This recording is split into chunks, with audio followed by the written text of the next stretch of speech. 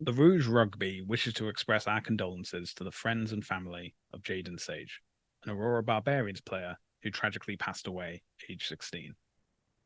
We also wish to express our condolences to the friends and family of Kevin Lunk Wirachowski, a Canadian player whose 11-year career spanned from 1992 to 2003, culminating in a game against the Maori All Blacks. Wirachowski also was an assistant coach for Canada at the 2007 Rugby World Cup. They will be missed.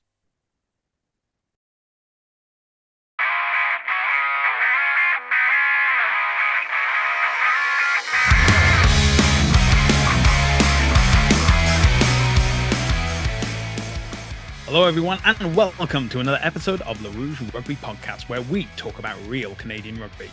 I'm Stu Hardy, joined as always by Derek Brissett. Derek, happy Thanksgiving, by the way. Happy Thanksgiving. Yeah, it's a long weekend. Did you get up to anything at all? Ate a ridiculous amount of food, as is tradition on Thanksgiving. Did a little, went on a little like fall hike and stuff. Some of the as the leaves and stuff start to change, kind of realize we do live in a pretty beautiful part of the world, so it's always fun to go seek out some nature, and obviously tried to force feed rugby down the throat of my family, which didn't go necessarily as well as I hoped. Yeah, that's about how my weekend went. Always got to try to get the rugby games on during Thanksgivings. Inevitably always gets bumped for football or some random hockey highlights. But yeah, I try. You got to try. Yeah, you got to try for the try and see how it goes. Yeah, I understand. I mean, my weekend involved mainly doing little odd jobs around the house, getting, preparing for the inevitable cold snap that's going to be coming through. And it's I advise you finish your house before the winter. It's good. Well, it's insulated, so that's good. There you go. You got something. And do you do it for Thanksgiving normally? Like being from Wales? I mean, I know it's obviously not a thing over in the UK, but I've been celebrating Thanksgiving, I think, is the most apt thing since I've come to Canada. But yeah, it's been more of like Friendsgiving. Yeah, exactly. Excuse to get together with some people and have a gigantic dinner. Yeah, so just a option to indulge really more than anything else. But I was watching the rugby, but normally I will also watch Formula One because it's in when the races are in Europe, or some night races, they're all like at 9 o'clock in the morning. I'll be like, okay, I'll start my day with that. However, for some unknown reason, Formula One decided to have a race in Qatar in October when it's still 35 degrees at midnight. So, and then the tire supplier Pirelli discovered that the tires they had brought for all the teams weren't suitable enough for the track. So they mandated that every driver had to only have the tires for 18 laps. Otherwise they get reprimanded. So it was a really interesting race in which you have all these teams that have to do mandatory pit stops. And as a result, everyone's like, well, if I don't have to conserve the tires for 20, 30, whatever laps, I'm just going to belt it as fast as I can around this circuit and see how quickly I can go. Oh, and so how much did Max Verstappen win by? Only 6 seconds. Wow. All right. So it did help everybody else. It helped McLaren most of all. Oscar Piastri, because it was also a sprint weekend as well. So Oscar Piastri, his first year in Formula One, won his first race. Technically, I'm not inclined to call the sprint a race because it's not the full distance. So, but he finished first in that, and his teammate Lando Norris finished third. The first consecutive double podium this year, I believe. Although all the F1 fans are now going to. It must be super fun just trying to finish second all year. Must be. Well, you can ask Max Verstappen's teammate about that and see how he feels, because he did not at all in any way, shape, or form. But anyway, this isn't a podcast about Formula One. This is a podcast about rugby. So we're going to start with a bit of MLR news, and of course, Instead of the biggest thing that happened in rugby this week, we'll start with yeah, no, some this MLR. is the biggest thing because it's got Canadians involved. Come Yeah, on, all right, yeah. Derek, We'll you talk about the know it. World Cup later. Yeah. Okay. So we have had a slew of re-signings for the Toronto Arrows since our last recording, and they include the players of Liam Bowman, Travis Larson, and Connor Grindle. These are players that all played last year and have re-signed for the 2024 season. So, you know, we have a prop announced, we have a center announced in Bowman, we have a flanker, that's number 8 in Larson. So, you know, the team's all coming together slowly but surely, and all these guys have had like great things to say. Obviously, you know, Bowman had a great, you know, start for his Arrows career. I would say like Nice getting finish. a try a few minutes into his debut off the bench. He also got Uh, the try on the last play of the season too. yeah, I remember that. That was a fantastic, like 90-meter run to get under the post to Oh, close out, you know, less than stellar season for the Arrows, but that just helps. It just means that if you finish last, then all you can do is go up from there. And it looks like, well, it looks as be though the Arrows are focusing on youth and growing not new, but young players into their spots. I say that for Bowman. I know that Larson is in his 30s, so that doesn't really ring exactly true. But Connor Grindle also announced having had 4 starts across his 7 matches for the Arrows last year.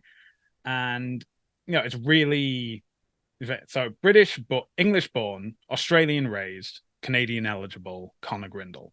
Commonwealth. Uh, It's from the Commonwealth.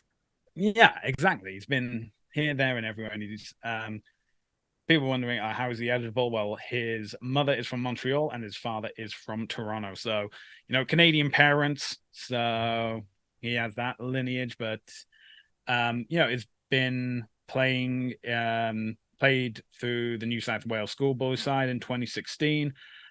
Played with the Gordon Highlanders, and he played for them prior to and following his 2023 Arrow season. However, he's continued his rugby journey because he is part of the developmental group that is joined up with the Arrows' sister club in Scotland, Melrose. So he's the only Arrows senior player yet that will be playing for Melrose this season. The other 2 players are Gershom Mukendi, and who is also a prop, and Oliver McKenzie, who is an outside back, playing mainly wing and fullback. And if you go over to the Melrose social media accounts, you can see that Oliver McKenzie is actually playing in a couple of games. He plays against bigger RFC and more recently against Highland Rugby Club as well. Again, switching between wing and fullback, showing his versatility.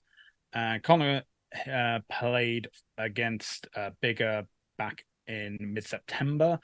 And yeah, you know, it's so, you know, follow the Melrose Rugby social media accounts, and you can keep up to date on how our Canadian lads are doing over in the Scottish League One. But what do you think of these signings so far? Yeah, like I mean, it's obviously it's just kind of good to see a lot of guys coming back. So far, like we said, it's like beyond the trades, the only player signings or roster announcements that we've had so far, with the exception of the trades, has been re-signings.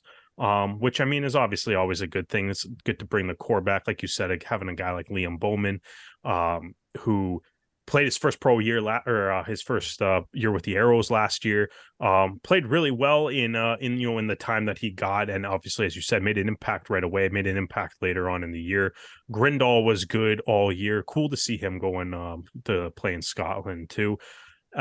Travis Larson had a bit of an interesting season last year as well. Like he came here, was pretty good to start the season, got injured for a bit, came back from his injury, and then was arguably the Arrows' best player for a good chunk of games toward the end of the season.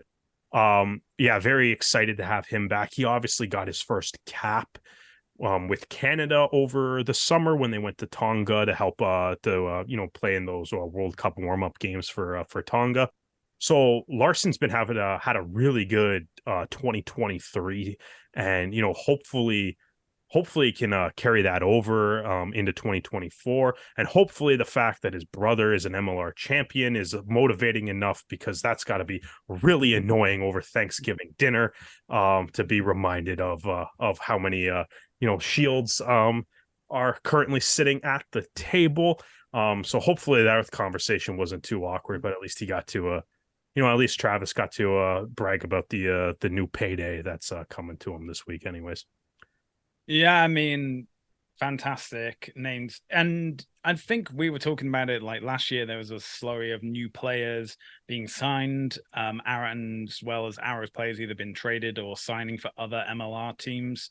So to start off with a strong contingent of players coming back, re-signing, shows a lot of confidence in where this team can go. That's true. Nobody officially signing somewhere else yet. Is that true? Yeah, not at the time of recording. I don't think there's been any player trades player trades from the Arrows, or no other team has announced an Arrow that has signed for them either. Not that I know. Oh, other than Shane O'Leary. Shane O'Leary went to Miami in the expansion draft. Yeah, but that's a draft. That's not a trade, so to speak. I don't think the Arrows get anything in return, or any team will get anything in return for those players. I may be wrong. Miami Please let me know. 4 guys from that expansion draft too. Yeah, and then again, if the players you're being offered are names of players who have already retired, then your options are very few. Some trades that podcast now too, so he's one of us. We must show support. No, absolutely. There has been some trade news recently, which was San Diego receiving the player rights for James Vaifali, and from Dallas receiving salary cap considerations. But speaking of the San Diego Legion, a flawless segue, it was announced today that in their player re-signings, Justice Sears Duru has re-signed for the 2024 season with San Diego Legion. Sears Duru is in his 6th season in MLR, his 2nd with San Diego, having played 3 seasons with the Seattle Seawolves and winning the Shield in 2019. And of course, his season with the LA Guiltinis in 2022. And I'm just realizing now that as we're going through like where players have been and team transfers and stuff, we're gonna have to make the distinction between, oh, they played for LA, oh, they played for ATL and came over. No, they played for the other LA team. Hey, I mean, that's it's really no different than a lot of the other sports in North America, whereas there's been like you even look at the NFL, there's been 2 different Los Angeles Rams at 2 different times. The Raiders have been in multiple cities. Like we're on the 2nd version of the Winnipeg Jets. Mm-hmm. And there's a lot of that. We're on the 2nd Cleveland Browns. There's a lot of that going on in North American sports. It's not gonna be like, I mean, you maybe are gonna have to say like, oh yeah, he played 1 year for the Guiltinis, but as opposed to like whatever the new LA team is called, but that's not gonna be that weird. Either way, though, great to see Sears Duru back. I mean, he was obviously kind of the he rocked the 17 jersey most of the season last year, but really kind of seemed to relish in his role as an impact sub for that squad, and was a huge part of San Diego making it all the way to the MLR final. And it's Sears Duru is part of a pretty big Canadian contingent with San Diego, and hopefully a few of the other Canadian lads that were on the team last year are also coming back, because San Diego seemed to have something special going on last year, and unfortunately they didn't quite get the job done. But it's great to see. It looks like they're kind of building their revenge tour squad as well, Yeah. right? So I'm sure we'll get some sort of big reinforcement announcement out of them too. And can't just let the Chicago Hounds be signing all the big overseas names, right? So we'll Yeah. Well, it'll uh be interesting to see instead of what the Arabs are doing, like player by player. It seems that San Diego are doing it in batches. So they announced 5 re-signings previously. This time it's going to be 4. Maybe it's a countdown, and when they get countdown. to We get to yeah, one.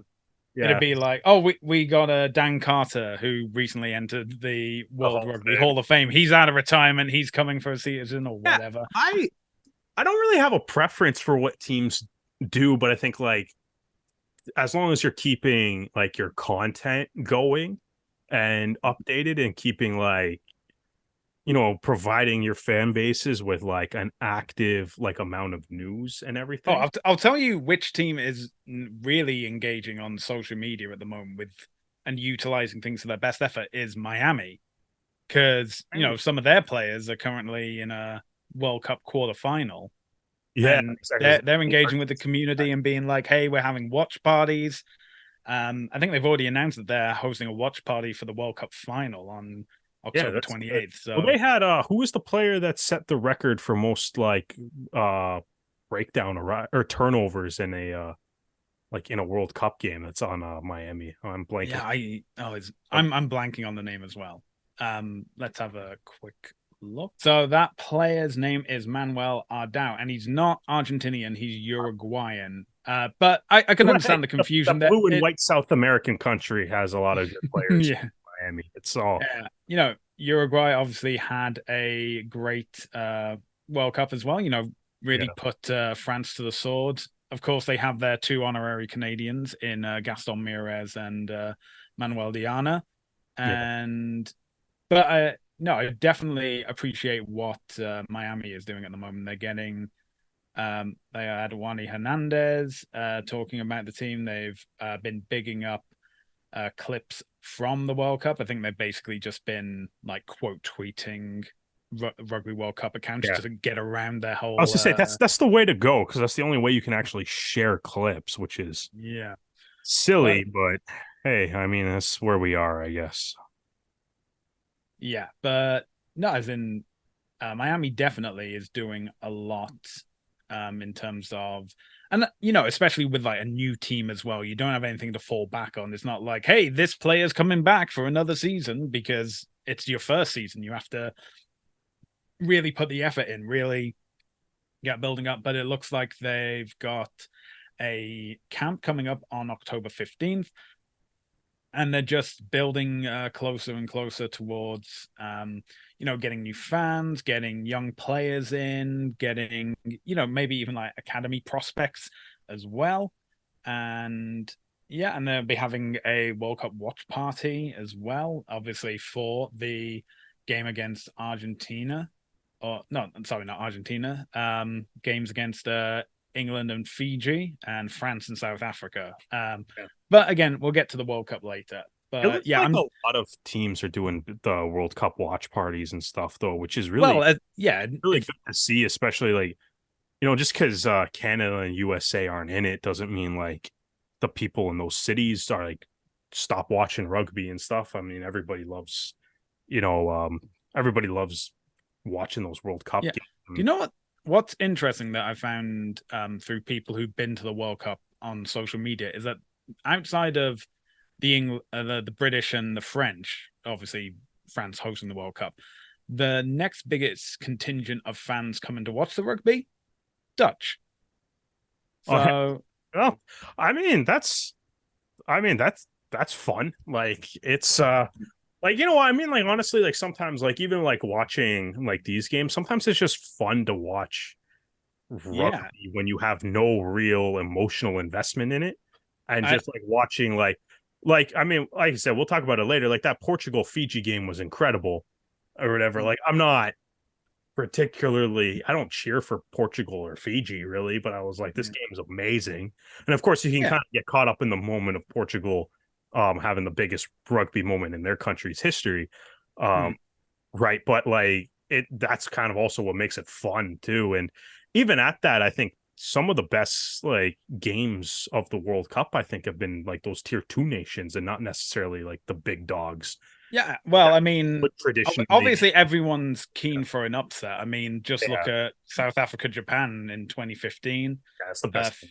Fiji, Uruguay in 2019, and now Fiji again Yeah. against Portugal. Well, And either yeah, way, I think like I was looking at Chicago's Twitter timeline. They also have a watch party, which is good, but they also have been signing all of the Leinster players, which yeah, is uh, also that's fun. Yeah, yeah, lots of Dave Carney's gonna play in Major League Rugby next year. That's fun. I'm sure we're all gonna enjoy that. And by we're all gonna enjoy that, I mean I'm hoping Chicago stays in the Western Conference. Because then I'll no, enjoy it. I think yeah, I think that's probably going to be um more likely. I think, and if anyone's asking why is Chicago in the West when it's so close to all these eastern cities, it's just because of Have its they announced transport that? links, Have they really. announced that? If they Well, don't have any, I don't believe they've actually said how the conferences are going to be aligned, have they? no, but I think when it comes to the schedule being released, then we'll know Well, for yeah, certain. we'll But know they when that they happens. But always they do haven't the actually said schedule like much later, they were don't just they? in the West last year, so I think it's like we're just kind of assuming that I don't even want to say it's assuming that they'll stay there. It's very feasible that they can go either way. Yeah. But I guess because Miami is the expansion team and now opens up, you have 6 teams in the East, 6 teams that are clearly in the West, and then you have Chicago right in the middle. So Yeah. I guess we'll find out. I think like Chicago's that city that is like in the NBA, they're in the East, in the NHL, they're in the West. Uh, Mm. right. So it's like they could go either side. So I guess it'll probably come down to whatever Chicago, maybe whatever the Chicago ownership group wants. So I mean, they're what 3 hours from Toronto. That's probably a little bit nicer than San Diego, for a couple travel games, right? Like, Well, see, it's yet to be seen if the Hounds pick up a travel sponsor or airline partner yeah, to recoup all that time they'll be spent flying to wherever the games may be yeah, across the United States and Toronto. Um, but when it comes to viewing those games, we have some news that has come in from the Rugby Network. Now, if you are a subscriber to them, you may want to be checking your emails. Something came through today, and it says that the Rugby Network will be having subscription pricing from November.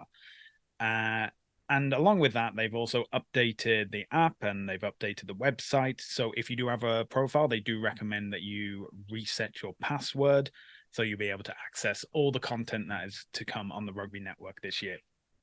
However, the subscription pricing will start from November and the English Premiership Rugby will begin this weekend. So that means the first 2 games of the Premiership, first 2 rounds of the Premiership will be available for free. However, this appears to be only applicable to the United States. When I logged on and reset my password recently, I was unable to access any of the Premier League content and saying it's not available in your country.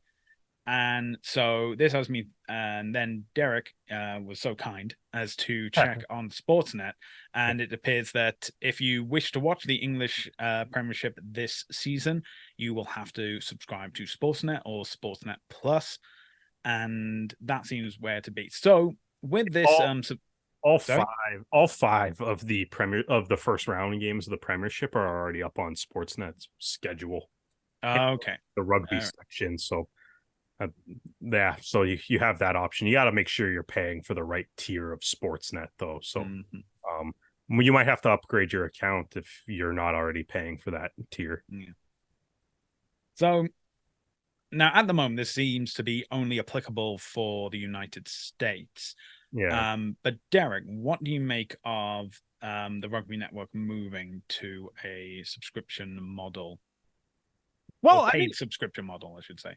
like it kind of feels inevitable, I Mm-hmm. suppose, right? Like that, there's obviously if you like, it's not, I don't think it was going to stay free forever. It kind of like, I wonder how, because the way it looks like it's kind of worded, and I could be wrong. Again, it doesn't seem like it applies to the US or applies to Canada, so I don't, but it looks like it's kind of like you're paying for the premiership to start. So I kind of wonder Yeah. when like the MLR season kicks off, like what that kind of paid model's going to look like. I mean, if it's like what did you say the price was, 6.99? What's sorry, Yeah, 6.99 a month what, or $60 oh, for a right. year. Yeah. Okay. So like it's not a bad price point, but it's cheaper than Sportsnet if you want to watch the Premiership Yeah. anyways. But it's like it just kind of feels like it's an inevitable thing. Like, every time I've always kind of felt like I guess the cynical part of my brain has always been like, if every time the Rugby Network puts out like, oh, we have X amount of subscribers, I'm always kind of like, yeah, but everybody's free. Like Yeah. it's not, it's like it's interesting. It would be interesting to see how many people drop off of that. But I mean, if the MLR stays free, that'll be interesting as well, because then you'll probably just get Hmm. people paying for the Premiership Rugby, which I think is fine. Um, what they end up doing with Major League Rugby, though, will be interesting, because I mean, as we have kind of been discussing during this World Cup, right? There's been a lot of conversations about like the best way to like attract new fans, and how the game should be, broadcasted, how footage should get released. That's been Yeah. kind of a constant topic of conversation. And obviously, one of those points being brought up was, you know, rugby being on a free platform. Hmm. And, if you got to pay to watch the MLR, like, I wonder what that does to MLR ratings. Obviously, you're going to have the people that are already locked into MLR I mean, looking at this, if you told me I had to pay 6.99 a month to watch the MLR, I wouldn't even bat an eye and think about that. It like I would be paying it. But it'd be interesting to see how that would affect the MLR. There's obviously one of the parts of that discussion has been like, you know, like the MLR being on the Rugby Network is awesome because it's free, right? Hmm. But it's a little bit maybe harder to find for a casual fan because you'd have to download a separate app versus Yeah. but versus like being on TSN or any of the channels in the States that you have to pay for, which is like you got to pay for them anyways, but that probably adds to more visibility, right? Having that, if that switches over to, the Rugby Network is also paid, I'm sure that's going to impact a bit of that discussion. But for right now, though, it seems like it's just for the Premiership, which I think is perfectly fine. Again, though, it doesn't really apply to us in Canada, because Canada's rights appear to still, Sportsnet appears to still have the Canadian rights to the Premiership. Yeah. Um, so I'm interested to see what the impact is once we hit February and the MLR season starts coming around. Be interesting to see how that happens. But I think at some point, like, one of the things we've been constantly talking about is the need for more money and more resources in rugby. At Hmm. some point, like, you gotta pay for things. Yeah. Right. Put some money into the sport. So I mean, I'm not upset that the Rugby Network is looking like they're kind of going to start shifting towards, some sort of subscription model.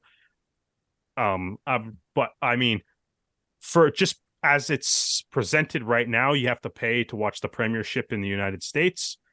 Hmm. Seems like it's totally fine. I'll see what the Rugby Network whips up when the MLR season Yeah. kicks off, Well, and we'll well, have this is the that thing. conversation when that comes up, I Yeah. guess. Well, this is the thing. I believe at this point in time that the Rugby Network will continue to show MLR games for free That's because the Rugby Network is a subsidiary of MLR itself. So it appears as though it's in its best interest to get as many eyes on the product as possible. Now, obviously, we know that in local markets, they'll have broadcasters. So, for example, in Toronto, it's TSN, and they have their partnership with Fox and Fox Sports. So there's like one game a week that is not available on the Rugby Network in the United States, but then you have the replays that are available. So I think I hope, I should say, for the 2024 season, we continue to have the Rugby Network have free access to these games, and free access outside of the United States as well to get more eyes on the product. It does beg the question, though, that if the Rugby Network can have a subscription base for a foreign league, then by the same response, you could have the Rugby Network show MLR on a subscription model in other countries. So, for example, let's say England, for example, is that if you want to have the Rugby Network, you have to pay, £3 a month to be able to watch content on MLR content on the Rugby Network, for example. I'm not saying that's going to happen. I'm just saying that option has presented itself. What I think is probably more likely is that in the UK, in the UK for the 2023 final, it was shown on TNT Sports, or formerly known as BT Sports for any of our British viewers and listeners. The UK has TNT Sports now. Well, it's that BT sold it to TNT, or Turner Network. I don't know. Anyway, so it couldn't very well be the case that something like Fox's Game of the Week or whatever. It may be that TNT Sport picks that up as well, and they say we'll pay for that and we'll show it on our channel when it's like, because it's not going to conflict with a lot of things that are happening in British sport because it'll be so late. Yeah. But it's then a case of like, okay, if you want the highlights, they'll be on TNT Sport for a week, and then then if you want to catch it after that, it's on the Rugby Network. I've kind of loved to see how like the Rugby Network has developed over the past couple of years. Like it's been one of the best things that's come out of MLR, and anything that, things that have been done in partnerships and stuff with the league, right? And like, I don't know, I guess I think like the Rugby Network, like it would be kind of cool if it ended up being like Netflix for rugby in a weird way. I mean, I wouldn't mind that at all. Because I think like right now, I think like if you want to watch, like I'm going to use Canada as an example. Yeah. We'll kind of ignore the Premiership thing in the States for right now. Mm-hmm. But like I think like right now, like if you're Canada, like if you're a Canadian rugby fan and like you want to watch as much rugby as you can, let's say, right? Like it's kind of expensive because it's like you have to pay if you want to watch the Premiership, you're paying for Sportsnet, but you're also paying for the upgraded Sportsnet, right? So that's a little bit pricier anyways. Maybe a little bit more worth your money if you watch other sports, especially hockey. But like, not everybody watches other sports. Some people just want to watch rugby, right? I mean, for me and myself, I look at part of that Sportsnet cost as watching other sports, but not everybody does. But either way, so you got to pay for Sportsnet if you want to watch the Premiership. You got to pay for TSN if you want to watch Super Rugby, the Rugby Championship. You got to pay for DAZN if you want to watch Six Nations. Like you got to pay for, like, I mean, if the Rugby Network went to another, like you're already up to like 3 subscription services. If you want to watch Champions Cup, we have to pay to watch it on their own like Champions Cup feed or whatever. Right, which is way ridiculously overpriced, by the way. Yeah, absolutely. Right. Yeah, so I fully agree with that. Yeah, so we got to pay for that. If the like, I think like if right, so it's like we're already up to 4 like subscription services and stuff, right? It's nice that it's like, TSN obviously has the Rugby World Cup and the Arrows as well. Sportsnet also has Rugby League. And the URC I think is also on Sportsnet too. Yeah. The way, like, yeah, like you're like, the subscriptions start to kind of add up, and then if right, like, and if I could condense all the rugby that I watch onto like one subscription service, like I would, like, we're talking like sick. I'd probably pay like $30 a month for that, just because it still would be Yeah. cheaper than what I'm paying now to watch Yeah. rugby across multiple different streaming platforms, right? So I mean, like, I think there is but I think also the one thing, if you are to pay for it as well, like if the Rugby Network gets to a point where they're going to start charging to watch MLR Hmm. games, right? Which is something I could very well see happening or whatever. We can argue whether Yeah. they Yeah. should, but like if it gets to the point like you can't black out games or whatever, like because blackout, like even like the NHL, MLB, like blackouts are like killing streaming and viewership Hmm. numbers for Yeah. those leagues. Like there can't like this the MOR as a league, like even if you have a paid subscription service, like you can't black out games. Like you have to if people are gonna pay for it, like because like right now it's like the Rugby Network's free. So when I see like the Arrow game is blacked out because I live in Canada, I'm just like whatever, it's free. Right. Yeah. But like if I have to pay to my TSN subscription plus a Rugby Network subscription, like Rugby Network so I could watch all the other games plus TSN so I can just watch the one team that I care about the most, Mm. right? Then like that starts to become kind of problematic. So I think that would be what I would do if that ends up happening. I think ultimately to really like get to the point of this, Hmm. it's cool to see the Rugby Network evolving and getting more rugby content on their platform. Yeah, I'm Yeah. totally willing to pay for it if it's there. I hope it does come to Canada eventually. And this isn't going to guarantee. This isn't guaranteeing that we're going to have to pay for MLR games soon. But in all honesty, I understand that there would be maybe some grow the game elements that might be sacrificed to that. Hmm. And that's a conversation that perhaps we can devote more time to if it does come to this. But I wouldn't necessarily hate having to pay for MLR games either. Yeah. No, I get that. And I think because the Rugby Network has the Premiership for 2 seasons, Yeah. it's going to be a good time span to then see how well it does in the US market. And if it's seen as a profitable venture, it then may be that they turn around and say, okay, we're going to have Japan League One back on the Rugby Yeah. Network as well. And if Well, you want to pay that, you have to pay a couple dollars more. that's the thing And too, is we're talking about just MLR, but there's actually like there's so much rugby on the Rugby Network.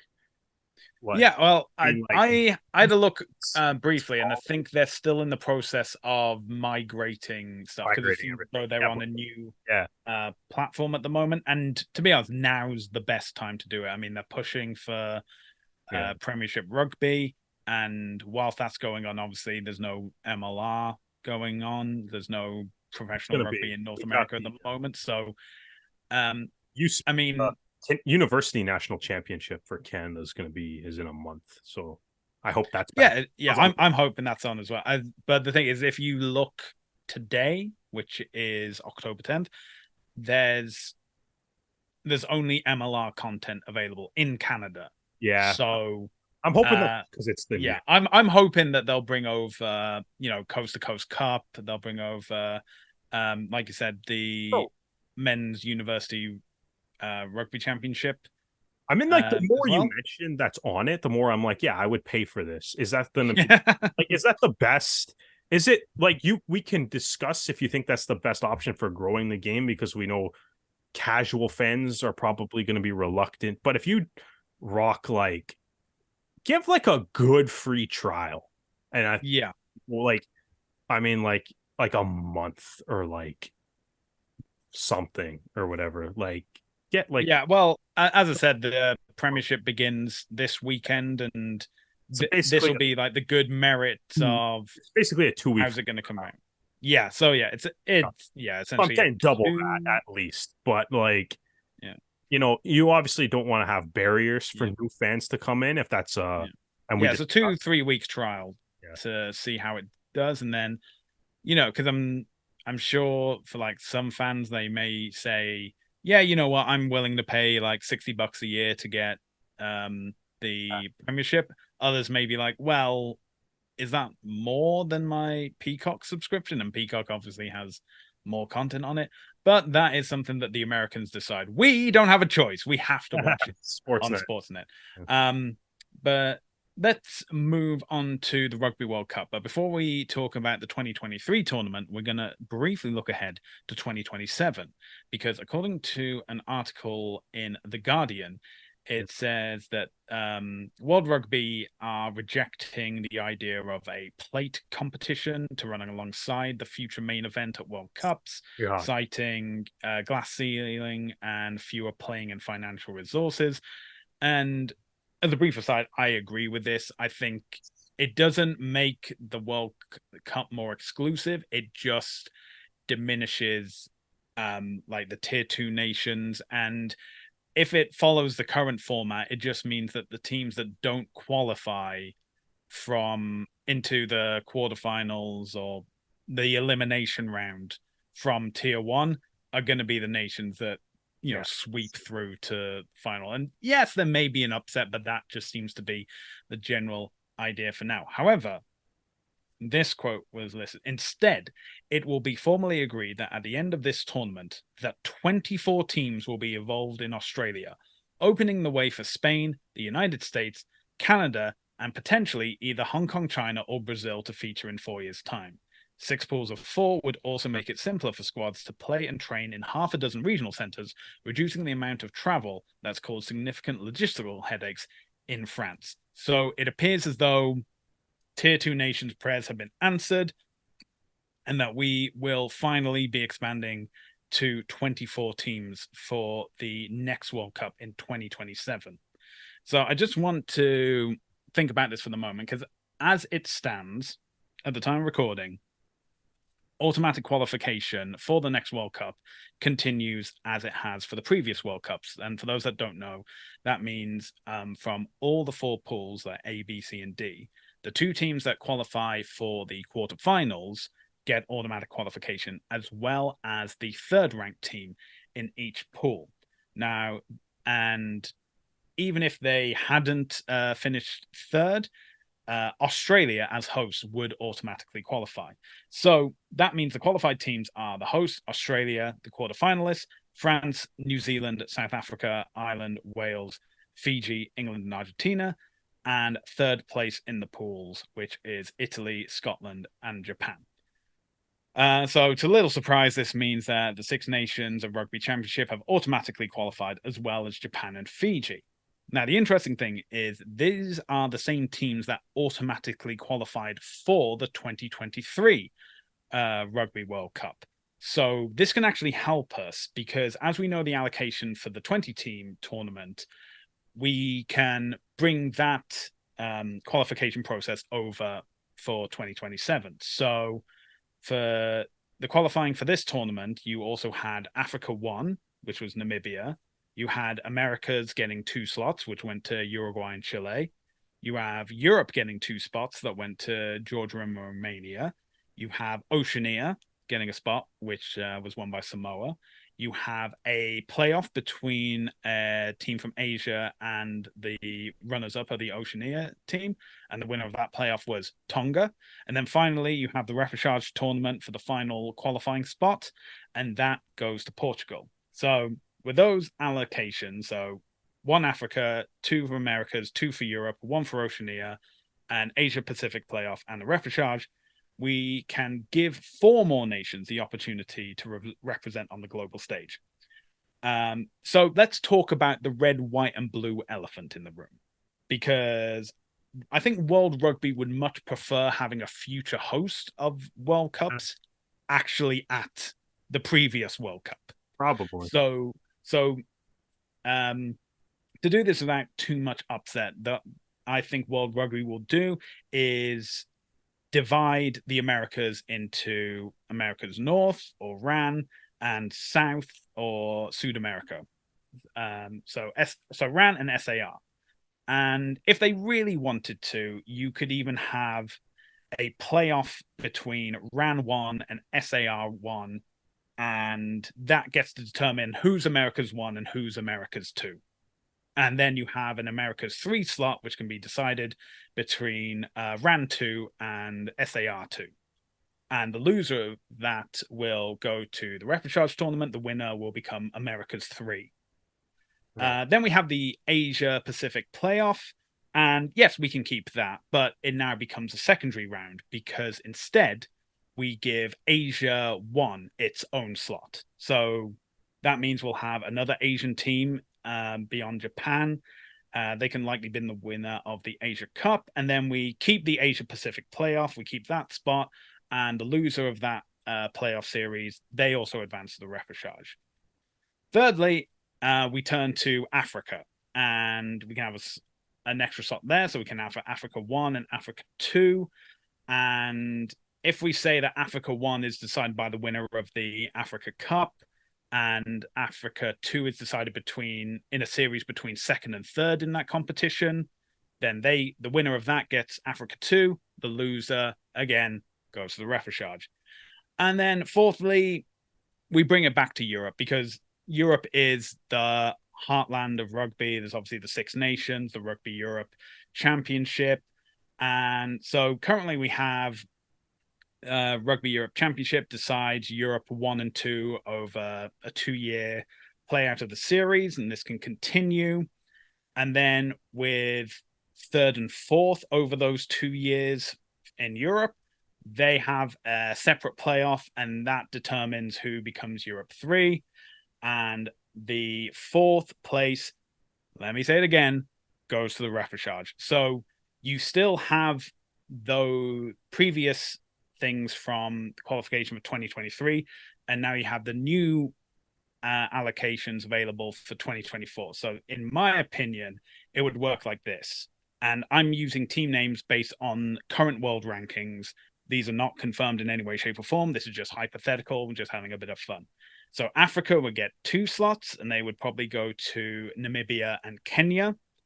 The Americas would have 3, one of which would be designated determined for South America, which is probably Uruguay, and one for North America, which is the USA, and third would go to Chile. In Europe, we'll have 3 slots again, which would be Georgia, Portugal, and Spain. Oceania, that would likely be won by Samoa. Asia 1, that goes to Hong Kong, China. The playoff between Asia and Pacific team, won by Tonga again. And then we finally have the repechage. And based on current world ranking, you know what that means. It means that at the next World Cup, we will see Romania because they are still ranked higher than Canada. So even in this expanded tournament, it's not looking like Canada can join. But again, this is hypothetical. A lot can happen over the next few years. And again, these aren't even confirmed. But from my personal opinion, I think that Americas deserve an extra spot, Africa, Asia, and Europe as well, to expand this tournament out to 24 teams. Yeah, I mean, every region's going to get an extra spot. Like, that's going to be obvious. It'll be interesting to see. Like, I mean, your theory's good. As far as like how to expand it, it'd be interesting to see what World Rugby obviously actually does. Right. Mm-hmm. I think, if we're talking about like, I think like if you're kind of those tier 2 nations, like you got to be chomping at the bit seeing this. Mm-hmm. Yeah. Right. Country like Spain should be in the World Cup, right? They have all their nonsense of disqualification that's kind of clouding them. But Spain should already be there. Like, USA, Kenya, Hong Kong, there seem to be teams that are kind of constantly, like Hong Kong and Kenya are pretty constantly or consistently at repechage tournaments for the World Cup. Mm-hmm. Yeah. It feels like so those 2 countries are probably chomping at the bit. Canada and the USA probably should be at, or probably don't want to be at repechage tournaments, but seem to end up at them, right? Yeah. And fortunately, a tie to Portugal kept the USA out of this World Cup. I think though, obviously, from the Canadian point of view, it's again, obviously it's exciting. Like to put it in plain terms, the World Cup just got a lot easier to qualify for. Like there's more teams, makes it easier to qualify for. That's not a comment on the state of Rugby Canada or any of the other teams that would also want to. It's just math. There's more spots now. Yeah.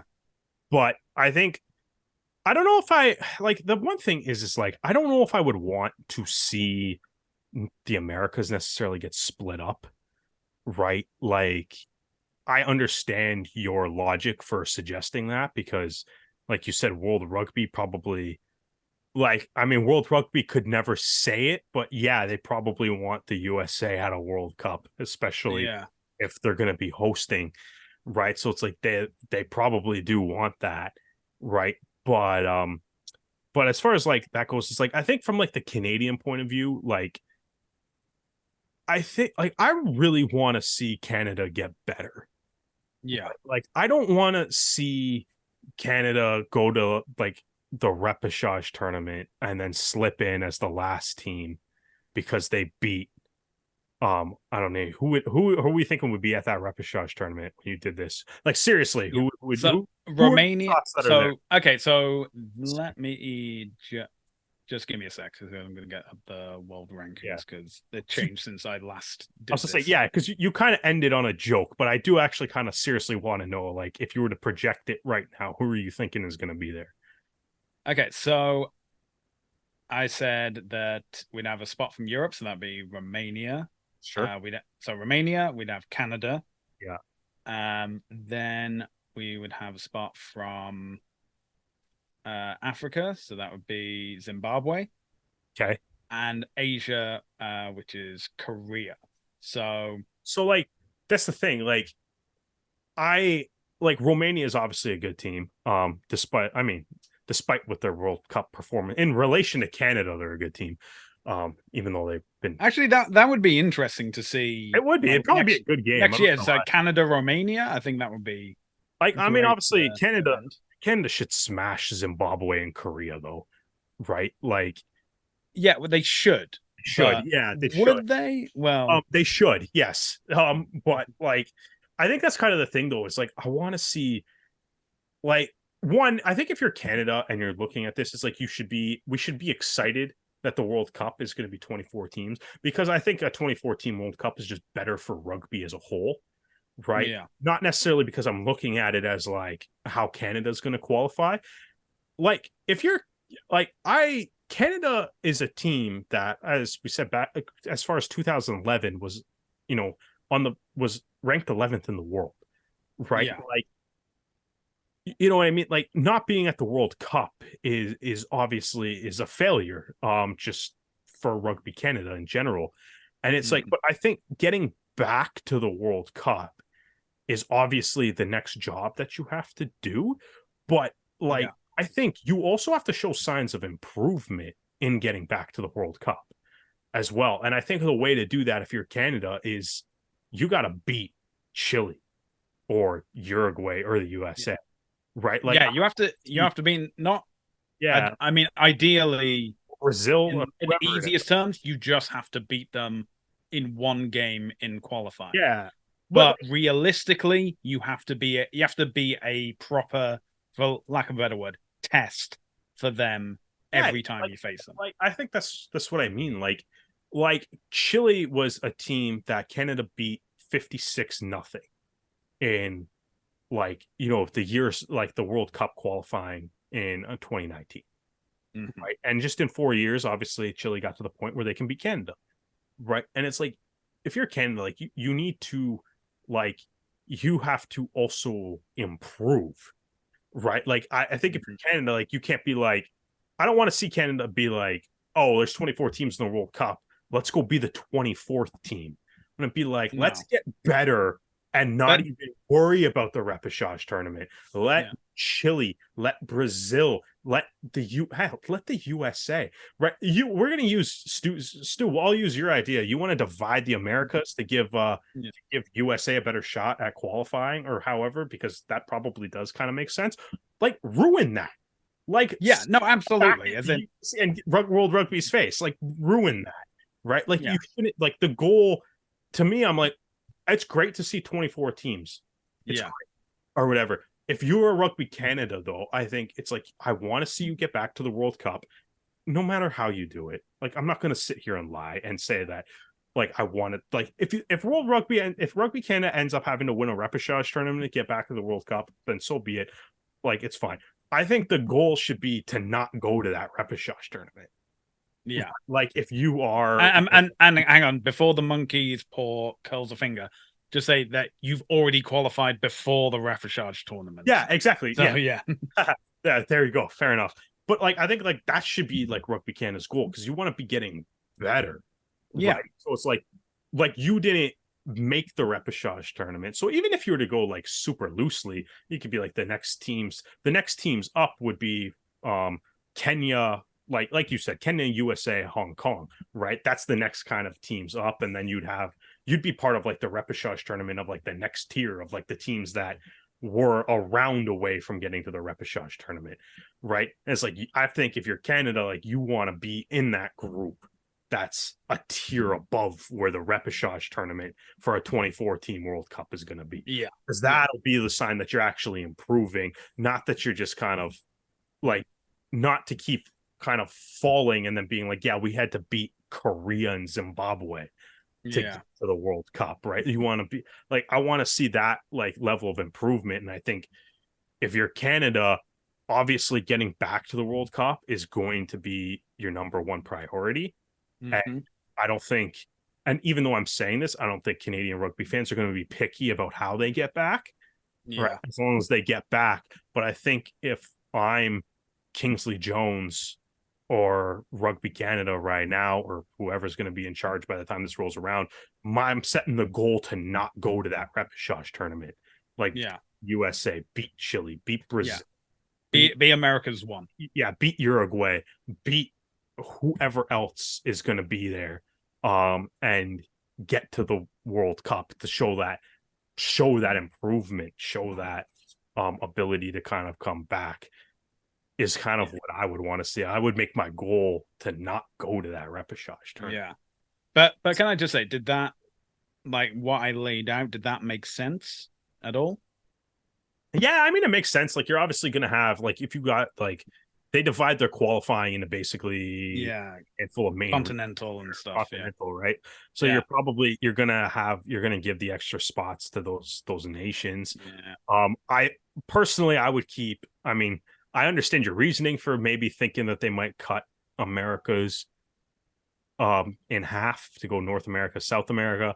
I would personally like to keep it the same, right? Like honestly like Canada, like I think it's like if you like you should want to play Chile and Uruguay as part of your World Cup qualifying, like show that you deserve to be there, right? Like beat I would love to knock like honestly, like if I'm a Rugby Canada player right now, I'd be like, there's nothing I want more than to eliminate Chile from the next World Cup. Like, yeah. I either suppose so. yeah, knock them back Uh, down, right? Like, well, the bad thing is that because it makes sense to you and to a lot of people, it just means that World Rugby will never actually do it. So oh get no, prepared for a long, convoluted, oh, unnecessarily ridiculous qualification process. no, So it'll be the next teams they're gonna it'll be the Maori All Blacks will be one of the teams. The Barbarians will be another team. World the 15 will be another one. yeah, We'll go full the last World Cup of hockey. We'll start making up teams yeah. to fill in the last spots. Okay. Anyway, I think we've been getting ahead of ourselves. We still have a World Cup tournament going on as we enter the knockout stages, Yeah. and we have our predictions coming up. So, that final round, the final weekend of Do the you have pool any thoughts stages. on the last week before we get into predictions though? Like Yeah, exactly. It's yeah, that's so I was just gonna say, as in obviously huge congratulations to Portugal for getting their first ever World Cup win and doing it right at the death as well. Fantastic result. Japan, Argentina, what a ad. What a advertisement for rugby. yeah, Such an unreal. enthralling, engaging match. And Samoa absolutely put England to the sword up until the final few minutes. Again, Bit of a another game that was controversial call. decided. So A bit. There's some controversy there. It's hard to th- see, I guess, who touches the ball, I guess, is that the debate that the refs were having? The debate was it a knock on? Yeah. And yeah, and the laws change frequently, and it was decided that Arrows fans know that after scoring a try and a penalty going their way, and they kicked it into touch, only for the try to then come back and then stand because the TMO didn't know whether the team was Oh, blue or yellow. I We all totally remember. forgot about that. That was wild. Yeah, Oh, so the actual wording of the law now says that up until the kickoff to resume play has happened, the try can be called back for whatever reason, for reason given, if there was substantial evidence presented to the official, maybe by the TMO, mm. and that's the decision they're falling back on. I feel for Samoa, who try doing everything they could. They might have got that automatic qualifier too if they Yeah, end up winning that game. yeah. I mean, yeah, England still would have gone through, but yeah. England would have gone through. It would have been yeah, Japan who would be risking a automatic qualification spot. So they were probably thankful that what's his name? Owen Farrell was able to nail that conversion. And that was a good. That was a good. I mean, ultimately, it's a good game. It does kind of sting for Samoa. yeah, but All the tier two conspiracy theories pop up on Twitter and Reddit immediately. yeah. And it's also the fans of that team feel that there's a conspiracy against them. What are the odds? You know what, man? Every ref hates your team. Just accept Yeah, it. Every yeah, ref hates your team. Every podcast hates your team. yeah. Uh, Everyone hates your team. Their dog hates your team. exactly.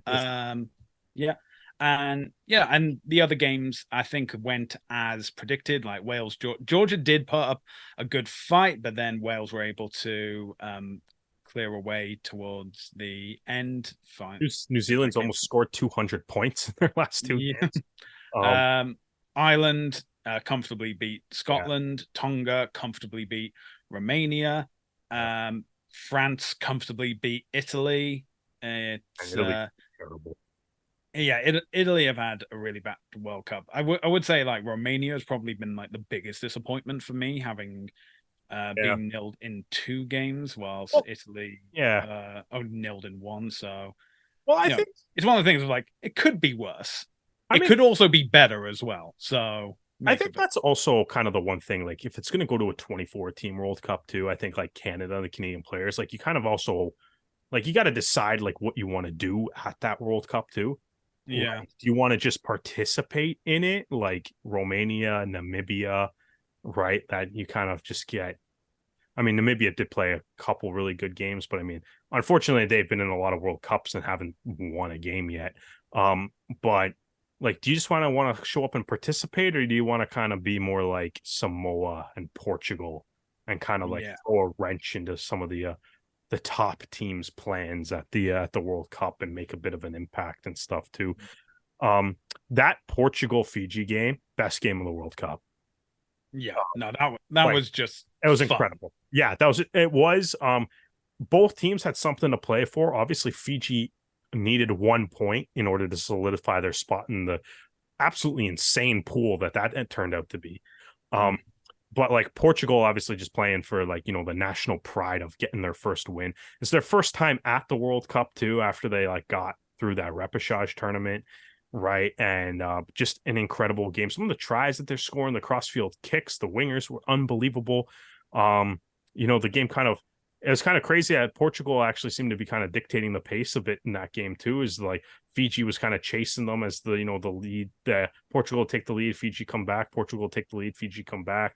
Fiji finally Yeah, get pulled ahead, and then obviously a big try at the end of the game, which was kind yeah. of I mean, it was a incredible to see. It's yeah, phenomenal. It's very, very, very close. I mean, it's super possession was entertaining. split. Fiji had 54% possession for the whole game, so Portugal had 46. A bit more for Portugal in the first half, but you know, Yeah, uh, 17 set pieces, one for Fiji, 15 for Portugal.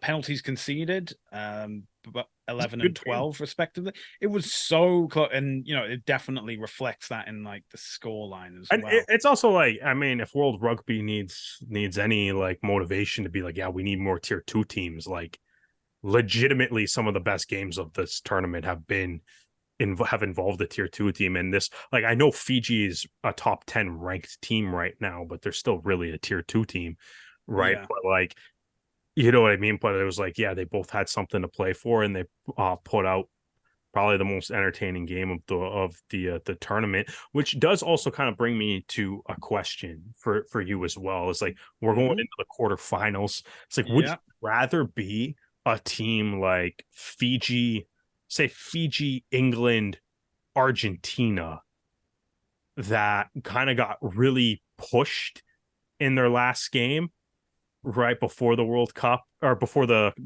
knockout stage here? Like they got really pushed, right? Or would you want to be like New Zealand, Ireland, France, South Africa, Wales, that kind of coasted in their last games?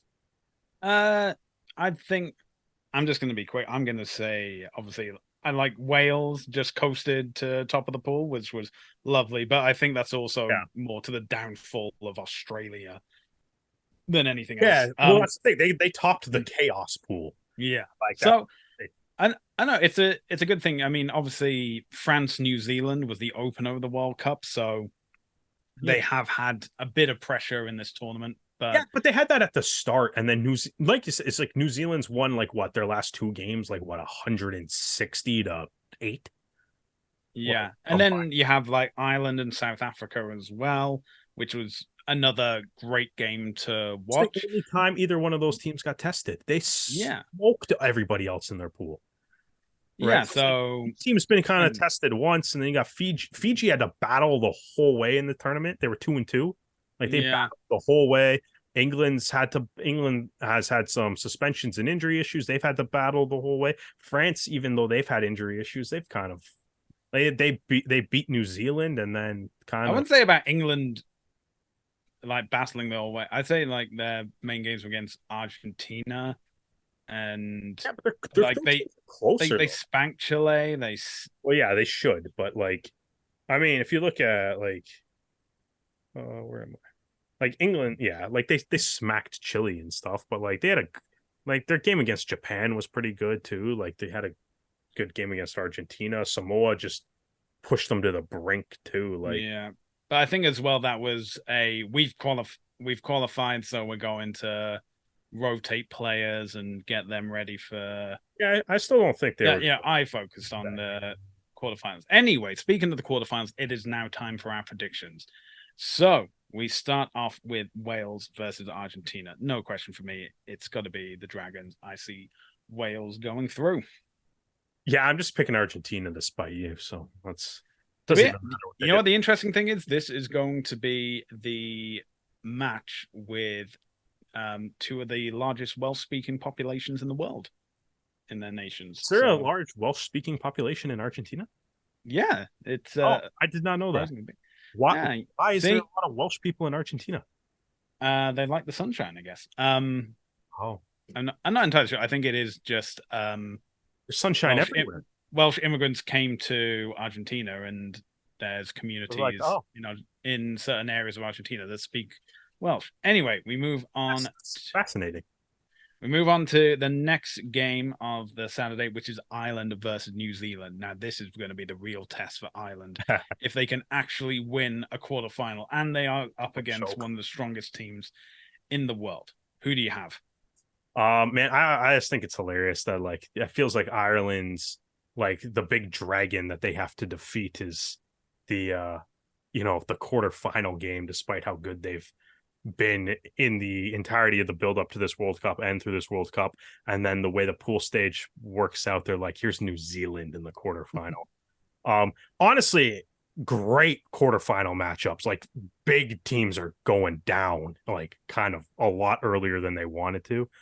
Um, I think New Zealand is going to be pissed that Ireland beat them last year, and it's tough to beat New Zealand multiple times. And also, you got to beat the quarterfinal, just the dragon that's sitting there, the monkey that's on the back, Yeah. right? Like you got him. That's some mental warfare there.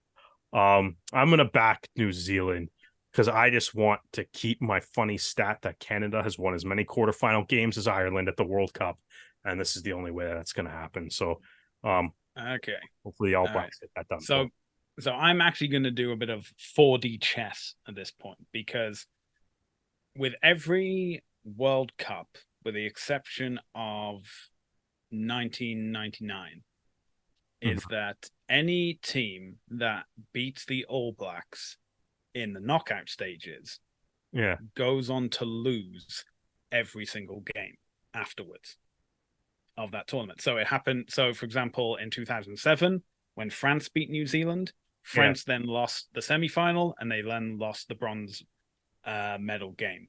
Okay. In 2019, England beat New Zealand and then lost the final.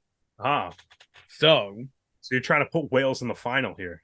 I am trying to put Wales in the final. So I do think, first of all, I think Ireland do get the monkey off their back. They do win the quarterfinal, but because their focus was let's get to the semi-finals, let's beat the All Blacks. This is the game of our tournament. Yeah. You know, they'll slip, they'll lose a bit of focus, maybe a bit of Warren ball comes into play, and that gets Wales through to the final. So I am going to go with Ireland for that reason. Now let's move on to Sunday, and the first game up we have is England versus Fiji. Whoa, that's a I, tasty one. I, if there's any team that can lose to Portugal one week and beat England the next week, That's it Fiji. is Fiji. I think like the best part of this game is that we know Fiji beat England like what, a month and a half ago, Yes. 2 months ago. Like that's the best part of this game. Honestly, like these are the best possible quarterfinal matchups. This is Yeah. this is amazing. Um, Pick a team. Just who name you one. picking? Who you picking? I'm taking the other one. I don't care. I don't care. Who you picking? I'll take the other one. England. England? All right, sweet. Because you know what I love about that is because we know every single person is cheering for Fiji in this game. Everyone's cheering for Fiji in this one. I got a lot of Saracens on England and stuff. I always want to see them do well, but like, man, like to get Fiji in a semifinal or a semifinal would be amazing. That would be I would agree that would be absolutely huge for Fiji. I think that will inspire a number of players to play for Fiji for the next World Cup and future World Cups. But another part of me is also thinking England's good at rugby. That as well, but also they've learnt the lessons from that warm-up fixture. And they're like, okay, now we know what we now know for certain what Fiji's capable of. We almost lost to another Pacific Island team just last week. We know we got to buck our ideas up. We got to focus. We got to do what we do best, and we've got to get to the next round. I want one ridiculous behind the back pass try or something from Fiji in this game, though. That's gotta happen. They gotta go. They need to go full Fiji. All right. Yeah. No, I think England Fiji will be the most entertaining of all the quarterfinals. And we move on to the last game of the weekend: France versus South Africa. And oh my god, again, like Ireland, South Africa, I think this is going to be a huge game. I think it's going to be, it's going to be like a chess match. It's not going to be who scores first, but more in the sense of who breaks first, who makes that first mistake. That being said, I have to go with the host. I'm going to go with France. See, I respect that logic so much. I think France was so good in the build up to the World Cup, and then they've obviously had some injury issues. Dupont's playing. Is Dupont going to be playing? He's got some like Dupont is training with the team again. Again, the time we're There's recording. been nothing's been released of who's playing or what. It may be he's Gonna not play. playing at all. It's just some mind games going on, just He's to gotta play. He's get got under Razzie Erasmus's skin and just yeah, he's gotta play. That'll be man. This like it's tough because I'm like, man, like the idea of South Africa getting knocked out in the quarterfinal is kind of mind-boggling to me. But like I feel like my head is almost like South Africa's better, but my heart's like it's France's home game yeah. and their home World Cup. I think I agree with you, and I think I'm going to go with France. It has more to do with the fact that they're playing at home than anything, though. Yeah, but they've also just been playing incredibly well. It's wild because it's like if literally like this quarterfinal spread is incredible. Like if any one of these matchups was the final, I'd be like, yeah, cool. Yeah, no, absolutely. Yeah, this is great. Like I'll watch that. Like if that ended up being the final, amazing. Like it's one of the fun thing, I guess. I mean, you're not necessarily neutral because obviously you're Welsh, but like from the Canadian point of view, it's like, I mean, it's not like Canada would be in the World Cup at this point, anyways. But like no, but Canadian point of view, I'm just like, yeah, let's just buckle up for some awesome rugby for the next weeks here because like. This is going to be great, and of course every team that wins is guaranteed to play 2 more games, whether that's in the World Cup final or the bronze final, with obviously yet to be seen. But those are the games that are happening in the World Cup this weekend. Again, Wales versus Argentina, Ireland versus New Zealand on Saturday, England versus Fiji, and France versus South Africa on the Sunday. And you can watch those games on TSN, tsn.ca, or TSN Plus. And as we've been mentioning already, the Premiership will return this weekend, and that is available for Canadians on Sportsnet. And if you enjoyed this episode, be sure to check out more, as well as our written pieces on our website, therougerugby.ca. You can also find our podcast on Spotify, S4P, and Apple Podcasts.